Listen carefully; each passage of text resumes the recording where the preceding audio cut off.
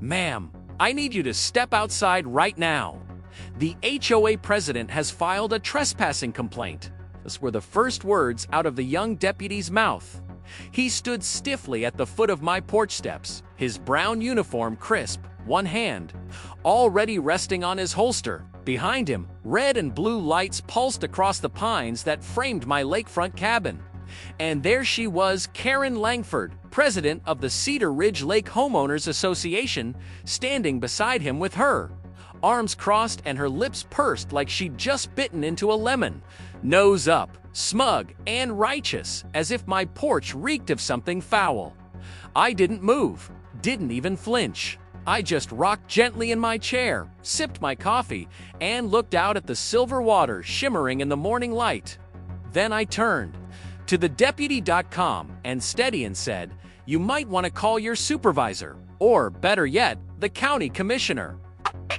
This cabin's mine. In fact, this whole county is mine." His eyebrows twitched. Karen's smirk faltered. I watched the exact moment her expression shifted. Her jaw clenched, and her head snapped toward me. "What did you just say?" she hissed. I didn't answer. I just smiled. Because I knew something Karen didn't, and what happened next would rattle this lakeside community to its core. But before we get to that, let me tell you how we got here, because people like Karen don't come at you with claws right away. First, they purr. They pounce. My name is Arthur Bennett, 67 years old, and long since retired after 3 decades in commercial land development. I spent most of my life in steel-toed boots and hard hats, helping build half this state before most of these HOA folks ever learned how to file a zoning complaint. I bought this land 25 years ago, back when it was just wild pine, loamy dirt, and the hush of wind across a quiet western Georgia lake. No cabins, no roads, no people, just space. I built this cabin with my own 2 hands, poured the foundation, cut the timber, even carved the porch, swing myself. This wasn't just my home, it was my land. I owned every inch of the soil it sat on and the woods that wrapped around it. Then, 5 years ago, everything changed. A slick development company showed up with big dreams and bigger money. They built a high-end gated community 3 miles up the lake, custom homes, private docks, winding paved roads, and of course an HOA with rules stricter than a military base. At first, I didn't mind. Their world was far enough away. My side of the lake stayed quiet, untouched. Progress doesn't stop where it should. They started expanding. New houses, new people, and with them came the rules. First, it was voluntary community contributions, then lake usage permits. And 3 months ago, I got a letter stuffed in my rural mailbox, thick paper, gold, seal, signed in bold script by none other than Karen Langford. "Dear cabin occupant, as your residence falls within newly defined Cedar Ridge jurisdiction, you are now expected to comply with lakefront appearance standards and property access regulations. Please vacate and relocate personal structures that do not meet visual harmony requirements. Failure to comply will result in further action." I laughed when I read it, thought it was a mistake. I wasn't part of their HOA, never had been. I'd triple-checked the deeds back when they first started building, but Karen didn't care about facts. Karen cared about control. When I ignored the letter, she escalated. I started noticing drones buzzing over my dock, HOA volunteers walking their golden retrievers a little too close to my boundary markers. Then came the citations, dozens of them taped to my front gate. Fake fines, warnings, even threats of forced removal. Still, I said nothing. No counters, no lawsuits, just silence. But everything changed over Memorial Day weekend. My daughter, Sarah, came out with her husband Chris and their 2 boys. We grilled ribs, played cornhole, watched the fireflies dance through the trees. The boys were fishing off the dock when it happened. A black SUV came flying down my gravel path like it was chasing a fugitive. The doors flew open, and out stepped Karen and 2 of her HOA lackeys, all wearing Cedar Ridge vests like they were federal agents. "You're trespassing," she shouted, without so much as a hello. "This property is under HOA review, and you are in direct violation." Chris stepped forward, ready to speak, but I waved him off. "Karen," I said, calm as ever, "you're mistaken. This cabin isn't under your jurisdiction." "I've already called the sheriff," she snapped. "Let them settle it." And that's where it really began. Because the truth is, Karen had no idea who she was messing with. And she definitely didn't know what I still had in my back pocket. But she was about to find out. Every morning for the last 25 years, sipping coffee while the sun rose over the lake I built my life around. The same lake Karen now thought she could rule with her clipboard and fake ordinances. Agent Clean sat down slowly, opening his slim folder with surgical precision. His hands were steady, eyes scanning like a hawk. I offered him a glass of water, and he declined with a polite nod. Then he got to work.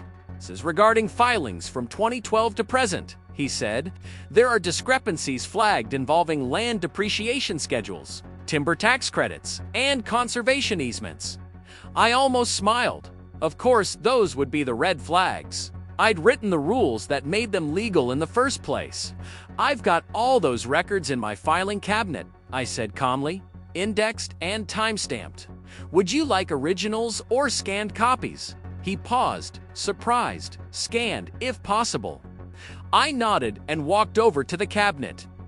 Inside were 3 accordion binders labeled timber and easement, private access roads, and legacy holdings. I pulled the right one and flipped it open, then dropped a flash drive onto the table in front of him. "Everything's in there. You'll find all filings match county and state-level disclosures. And before you go hunting for anything else, yes, I declared income from the easement leases. And no, I've never filed a single deduction. I couldn't back up with documentation." Clean didn't smile, but he gave me a slow nod of acknowledgement. "Appreciated, Mr. Bennett. We'll review and follow up." "Take your time," I said. "This place isn't going anywhere." He stood, nodded again, and walked out the door without a word to Karen, who was still standing in my driveway, looking like a soap opera villain mid-breakdown. She tried to intercept him with a fake, polite smile. "Everything okay, Agent Clean?" He didn't even look at her. "I can't discuss private investigations, ma'am."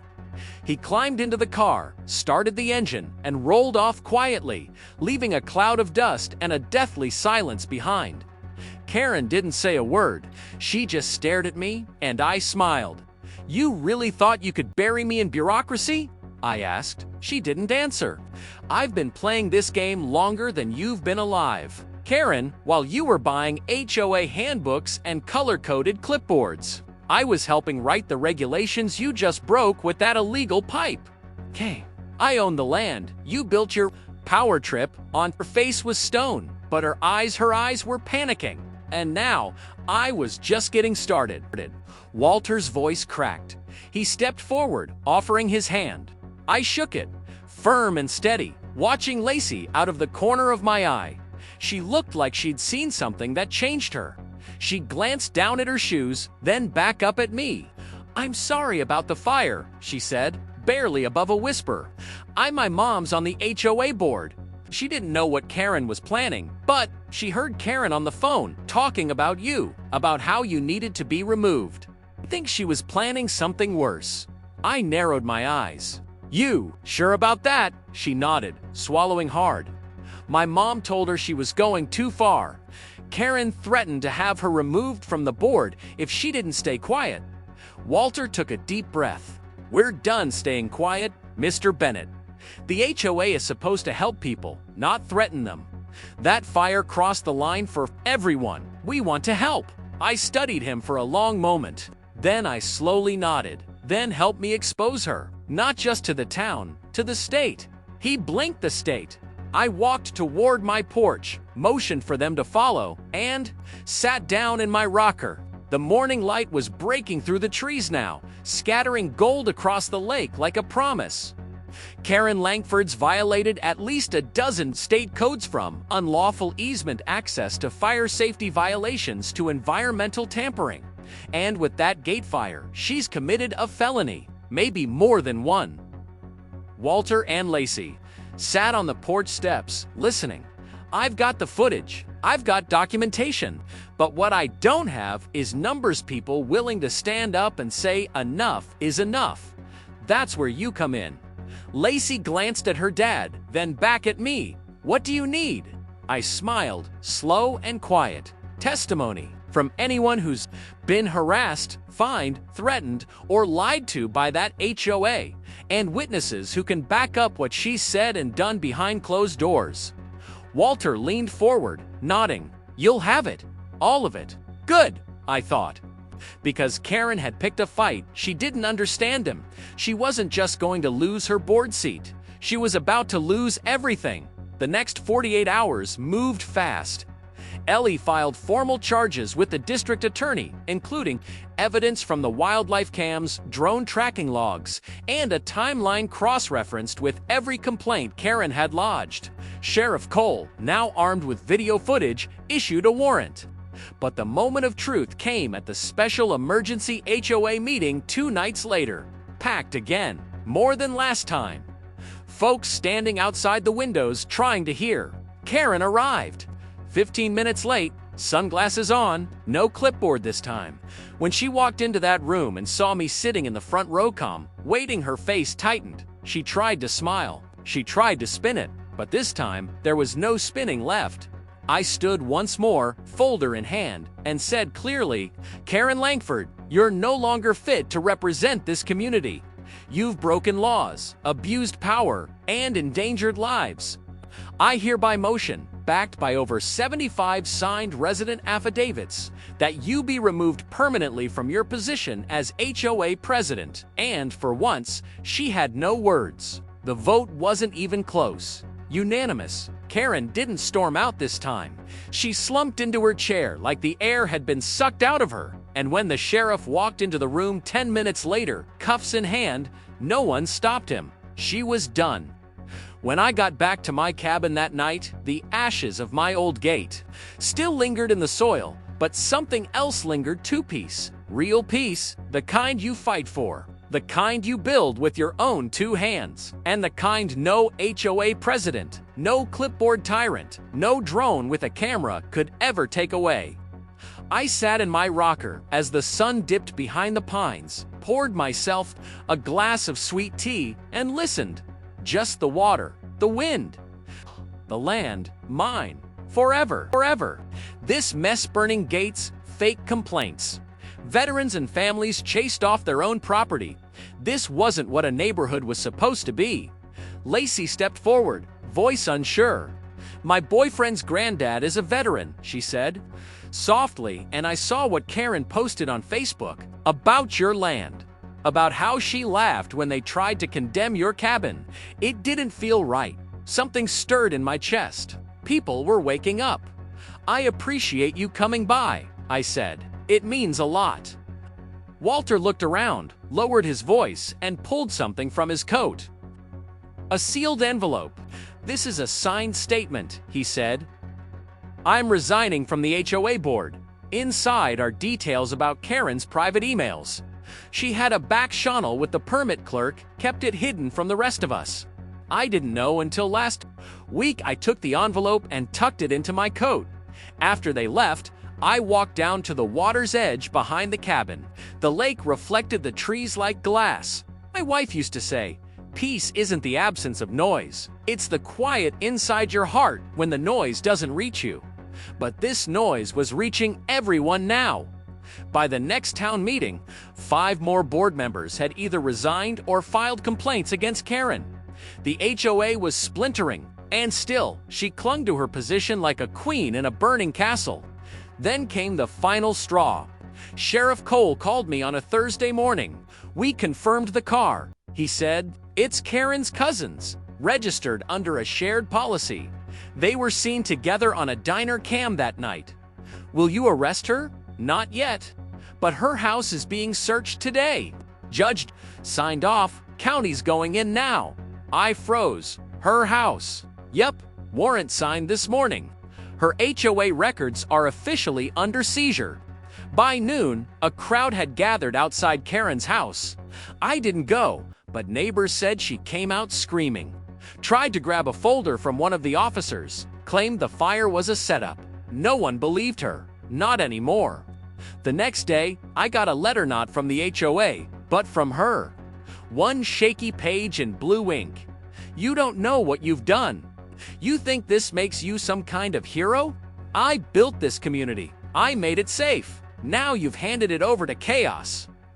I hope it was worth it. I didn't respond. I didn't need to, because 2 days later, I got another letter.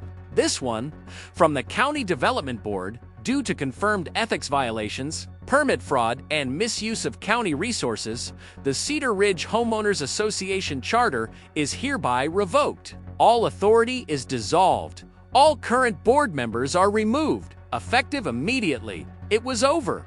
The HOA was dead, but Karen wasn't finished. The next morning, I got served a civil lawsuit, defamation, harassment, property interference, small claims court, just enough to be annoying, not enough to stick. But then came the call. Arthur. The voice was calm, powerful, familiar. Senator Marcus Hale, former client, old friend. I saw the story on the news, saw the fire. I'm furious. I want you at the Capitol next week. We're drafting a new landowner protection bill. I want your story to lead the hearing. You're serious, he chuckled. You stood up when no one else would. Time to remind people what land means. I looked out across the lake. Karen had burned my gate, filed fake reports, lied under oath, tried to ruin me. But in doing so, she'd exposed herself. She was cornered, or so I thought. The morning before I was to leave for the Capitol, I stepped out onto my porch and froze. A man was standing on my dock, holding a gun. At first, I thought it was a dream. The fog, the early light tit felt surreal. But then I saw the gleam of metal. I stepped slowly out, barefoot.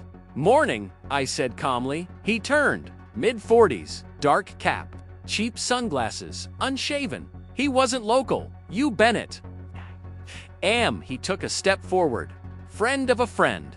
Said you've been stirring up trouble, taking down good people. Did Karen send you? He didn't answer, but his jaw clenched. You know, I said, trespassing. Herewith. A weapons, a felony.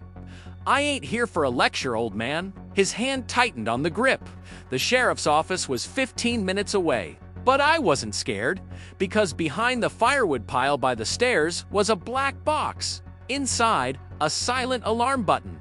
Direct line to Sheriff Cole.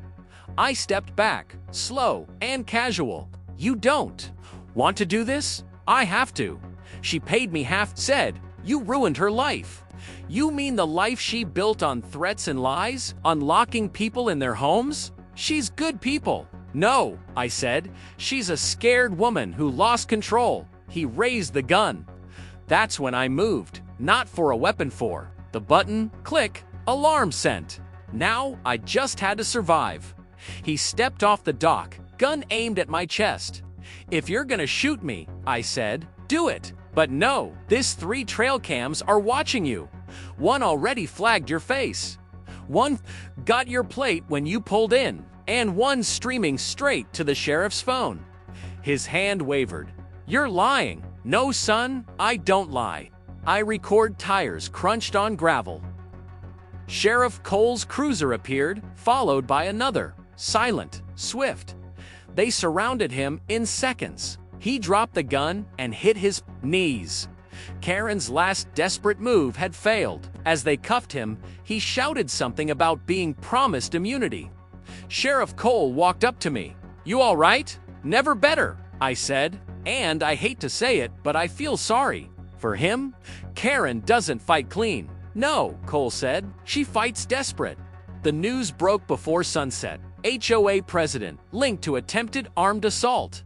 Karen was arrested the next morning. Charges: conspiracy to commit assault, falsifying legal documents, obstruction of a federal investigation. Her mugshot went viral. And me, I finally had peace. The lake stilled again. My grandchildren returned to fish off the dock that nearly became a crime scene. 2 weeks later, I testified before the state senate. My story aired across 3 states. Landowners sent letters from every corner of the country. Senator Hale's bill passed with overwhelming support. They called it the Bennett Landowner Protection Act. Karen, she lost everything. The HOA was dissolved. Her home was auctioned to cover legal fees. Last I heard, she was out of state, applying for jobs she wasn't qualified for. But I don't celebrate her downfall. Celebrate the lesson. Power doesn't come from rules you invent. It comes from truth you protect. And this land. It still belongs to the man who never left. The man who didn't fight with fists or fire, but with patience, proof, and principle. So if you're ever near Talpine County and you see a cabin by the lake with an old man on the porch, stop by. I'll pour you some sweet tea and tell you how Karen lost the county she thought she owned. Because out here, kindness is strength. But never mistake silence for surrender.